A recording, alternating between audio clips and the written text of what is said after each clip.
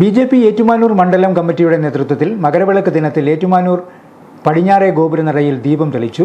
മുതിർന്ന BJP നേതാവ് ഏറ്റുമാനൂർ രാധാകൃഷ്ണൻ ഭദ്രദീപ പ്രകാശനം നടത്തി. ലോകപ്രസിദ്ധമായിട്ടുള്ള ശബരിമലയിൽ പൊന്നമ്പലമേട്ടിൽ ഈ സമയത്ത് ദീപം ജ്വലിച്ചു കഴിഞ്ഞിരിക്കുകയാണ്.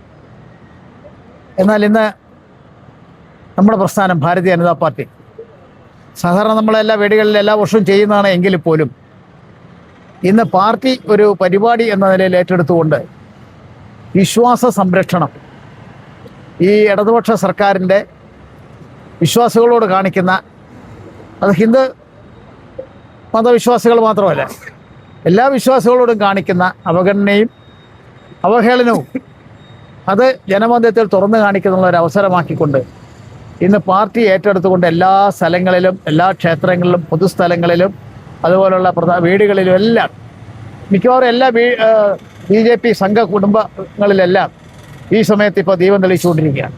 ഒരു വലിയ പരിപാടിയാക്കി മാറ്റിയിരിക്കുകയാണ്. BJP മുനിസിപ്പൽ കമ്മിറ്റി നേതാക്കളായ TR രാജേഷ്, സാബു, അനിൽ ഏറ്റുമാനൂർ, സരിൻ K അപ്പുകുട്ടൻ, താര സുരേഷ്, രശ്മി ശ്യാം, വേണുഗോപാലൻ നായർ തുടങ്ങിയവർ നേതൃത്വം നൽകി.